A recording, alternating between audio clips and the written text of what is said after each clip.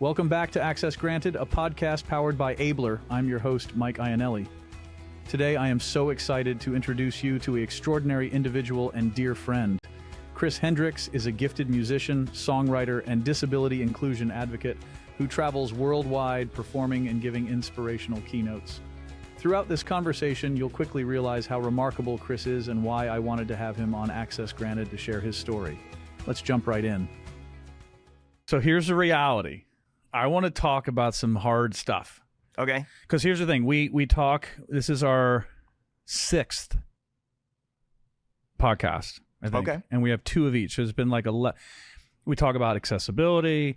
We talk about inclusion. We're going to talk a lot about inclusion today too. But I also want to talk, like my hope today with you was a couple things. One, I want to raise awareness around your career where I can. Thank you. You're an amazing artist. And when we talked, and in your life is really just fascinating. So, Chris, introduce yourself. Tell me and tell our audience a little bit about yourself. So my name is Chris Hendricks. I'm a singer-songwriter. I'm a professional recording artist. I'm an entrepreneur. I'm a keynote speaker. I'm a father. How I connected with John is really just because we're both such kindred creative spirits. I think I was giving a talk. It had to do with work and persons with disabilities. I think that's where I first connected with John, and we just started talking about our mutual desire to make an impact and creativity, and it was love right off the bat, man. And as far as how you and I met, like I met you through John, sort of, like sort of. Kind of. Initially, and then we met at that other event where you sang for us. You were our keynote. That's right. Yep. That's right. And then we did the keynote at NC State, I believe. Much of my life has been performance and entertainment. That's my heart. I've been singing since I was 4 years old. I was originally going to be a physical therapist when I first went to college, and then I got my first job was at Disney World.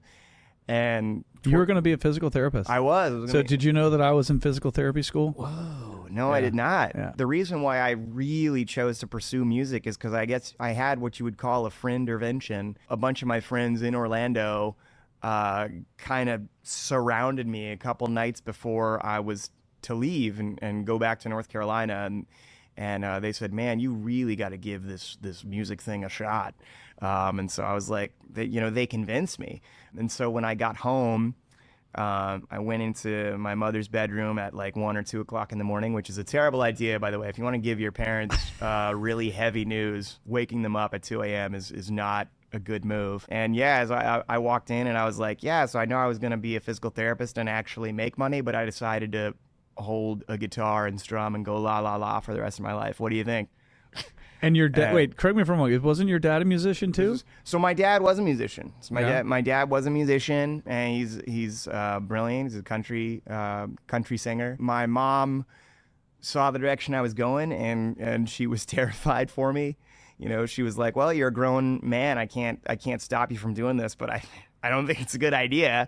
And if you're gonna do this, you're gonna do it on your own. You got to figure out your own way. And then, fast forward, I'm really blessed early on. I got really lucky. I was playing in a coffee shop in Chapel Hill one day, and a gentleman with means, we'll say, came in and saw me performing and said, what do you do? And at the time I was working at Best Buy.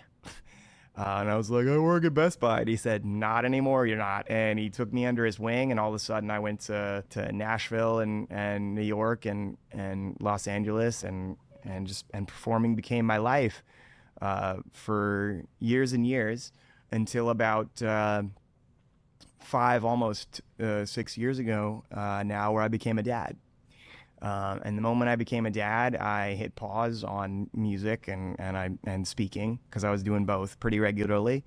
I stopped doing that so that I could focus on being a dad, and got a different job as an insurance salesman, of all things, just so I could be around, be present. Just this past year, really, where I had a come to Jesus moment with my partner in life, Heather, who sat me down and was like, what are you doing? Your heart, your soul is music and performing and speaking and genuinely connecting and inspiring people. Why aren't you doing that? And I was like, well, we need money. And she goes, we'll find it. Don't worry about it. I give her a lot of credit. Heather really pushed me to turn that part of me, myself.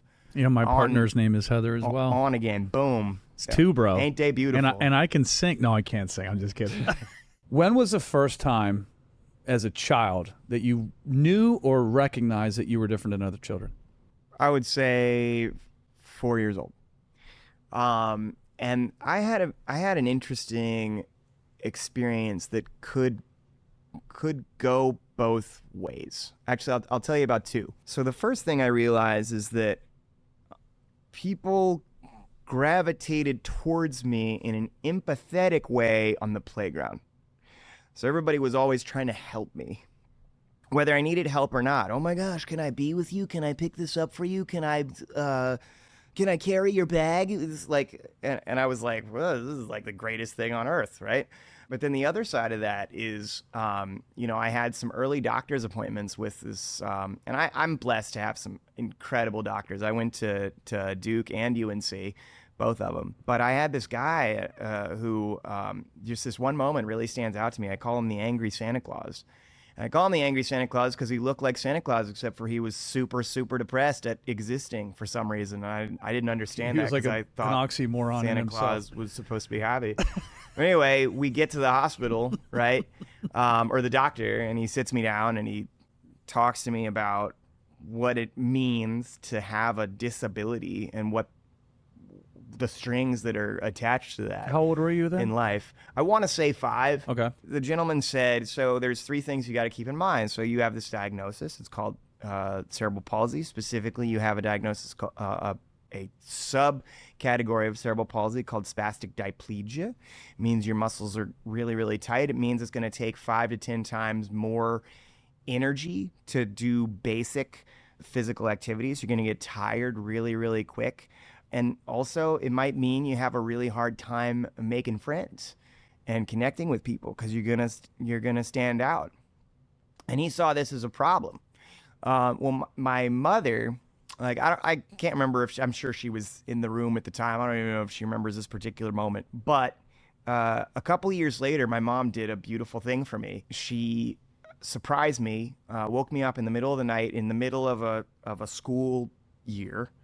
Again, I was 7 years old. She put me in the car, and I went back to sleep, and we woke up on the way to Disney World, right?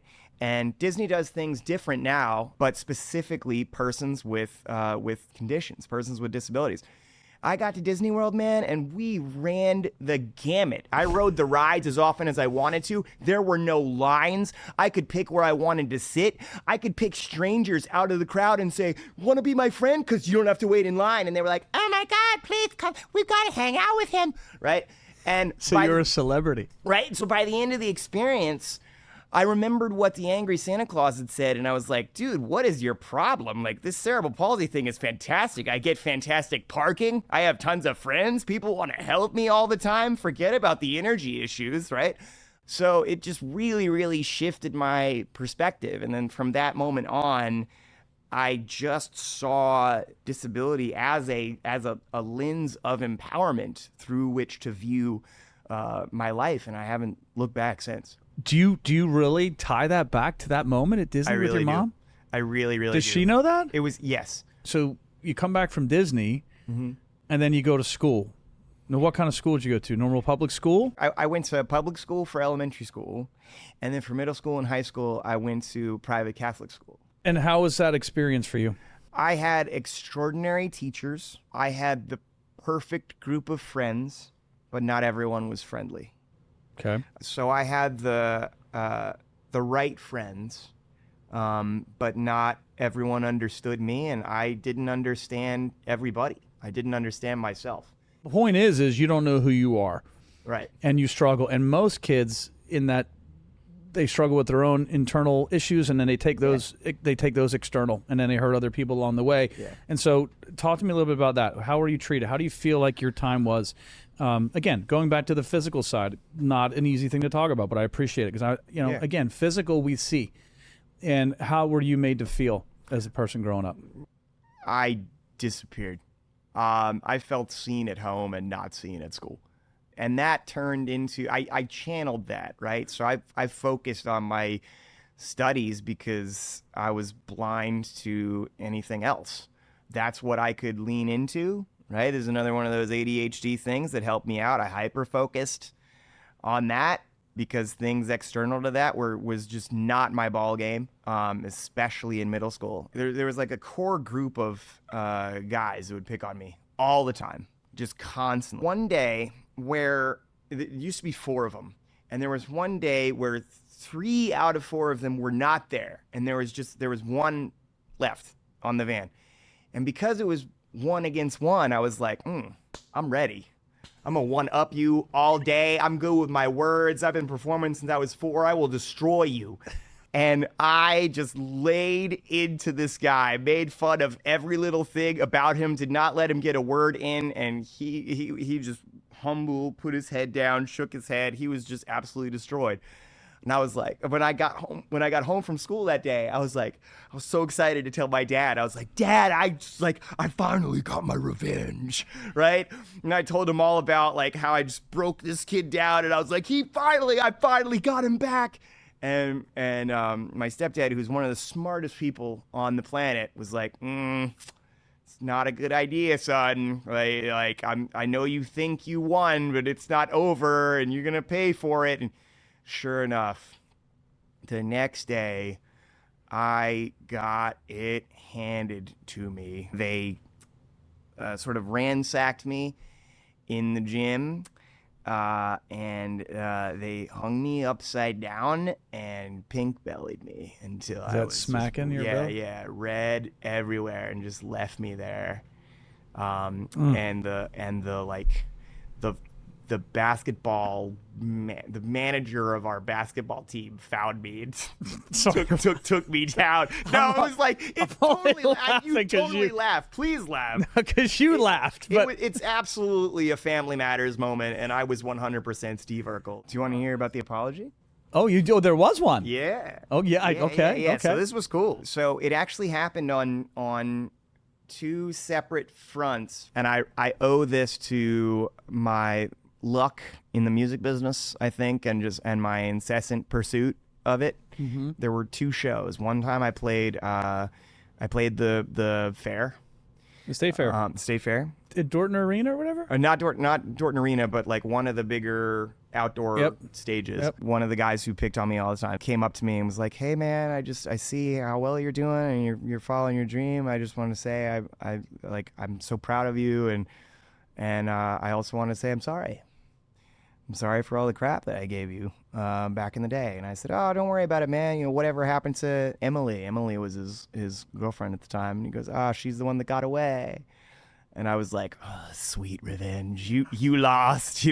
I know it's so sadistic. But the other one was really, really cool. 2 of the 4 that really gave me hell were these 2 brothers. And I played one of the best shows of my career. Was opening up for Delta Ray at the Cat's Cradle.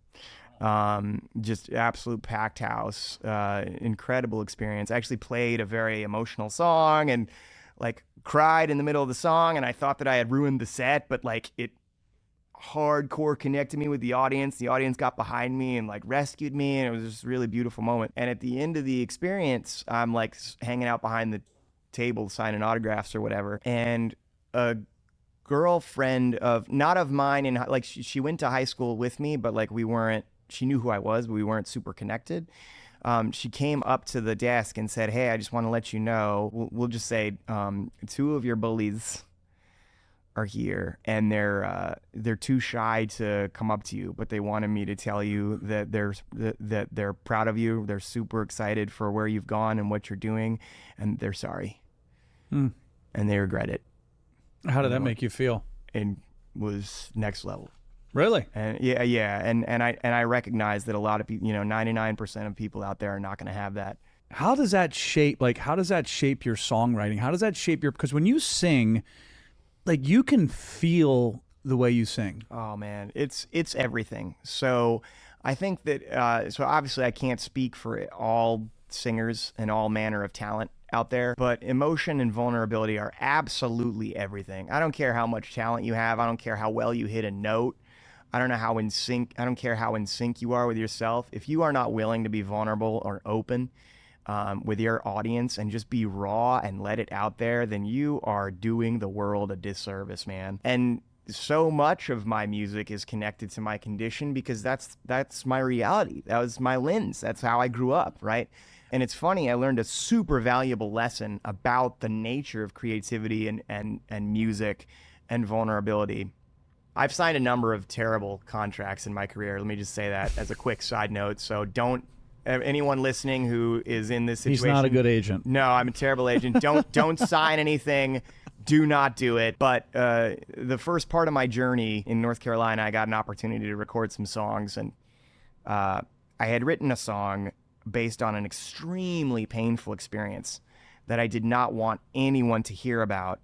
And I was performing the song in the label owner's house, like the little studio that he had. But I was just kind of noodling while I was playing the song. And he walked by the door, and the door was cracked, and he could sort of kind of hear it. And he goes, "Dude, what is that song?" And I was like, "Oh no, that's like it's like a newer song, but it's also like it's super super personal. I don't think people aren't gonna want to hear me whine. I don't want anybody to hear that." And he said, "You are putting that song on the record, or you don't get a record."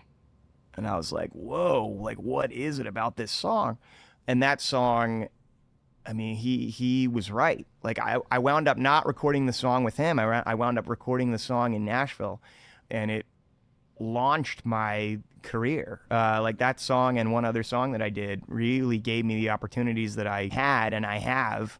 It got me trips to Sony Nashville, and I got to perform for the manager of the Beach Boys. I got to play a bunch of songs for him. I got to open for Daughtry and share the stage with Delta Ray, and I went on tour with Amy Grant and Mercy Me. I had these really really beautiful experiences, all thanks to this song. Really, that was when it sort of clicked. It's like, oh no, the songs that you don't want people to hear are really the ones that people want to hear. Because that's what the truth, the vulnerability, the candor. There's a saying in Nashville: all you need for success is 4 chords and the truth, and they're absolutely right. All right, what was the name of the song? Affliction. Have you ever felt excluded or looked down upon or in the music industry because of your disability? Absolutely. But again, and so we talked about this early on in the podcast. I've always viewed my disability through a lens of empowerment. So anytime someone has ever looked down at me because of my disability, especially in the music industry, I relish those moments. This is a little Eminem-ish. Do you really relish it? I really do. I really, really do. So it doesn't hurt you? I didn't always. Okay. My first proper show was at this place called Amazing Tone Music in Raleigh. And I'm like totally delusional at the time because it's my first show, and yet I'm thinking to myself, oh, it's going to be packed. There's going to be so many people there. Like, I forget that like art is a race against time, and it's just such a slow burn. And at the time, I should have just been grateful to just have a show that anyone would be at and anybody would care. But prior to that show, I'd had so many experiences at these open mics, and everyone's got to cut their teeth at an open mic. But the thing that's really special about open mics is that if you pay enough attention, you can hear everything. And what I mean by that is the moment if you're an artist, there's this gap of time between when you get up from your seat, wherever you're sitting, and you get on stage. And if you pay enough attention, I almost threw up just thinking about that. You can hear the presumptions and assumptions of others. And I used to love hearing, oh my God, what is this guy doing?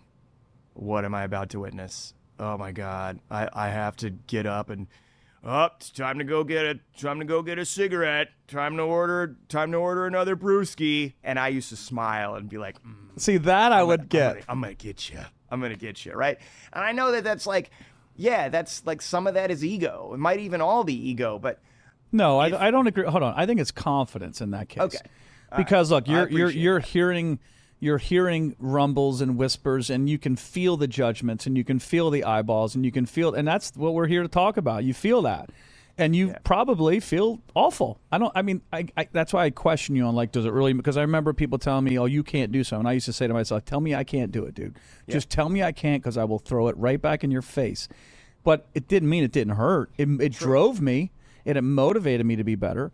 But fuel. There's still pain there.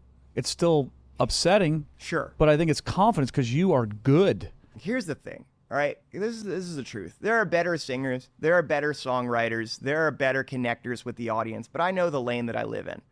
And I think so many people in the music world don't know where to live. Like they try to go out and do everything and be everything, and like whatever the newest thing that comes out, then they got to be that. And throw everything at the wall and see what sticks. But there's a difference between that and trying to divide yourself into a million pieces and succeed in a monster industry. You have to be whole in order to win at this game. So you got to get down and dirty with yourself before you step into that light, or you are going to get eaten alive. Do you feel today that, because when I hear about the people you mentioned, Daughtry, Amy Grant, these folks that you're singing with and opening up for and traveling, and I didn't know this when we were talking, and I'm like, well, what happened? And I know you talked a little bit about your daughter being born, which is a huge deal, but I also know you had some challenges in the industry as well. Yeah. When you're on this mission that says, hey, my daughter's 5, I'm gonna always be a father. But I'm on this path of, I want to do good, I want to do better, I want to do service, I want to help. Yeah.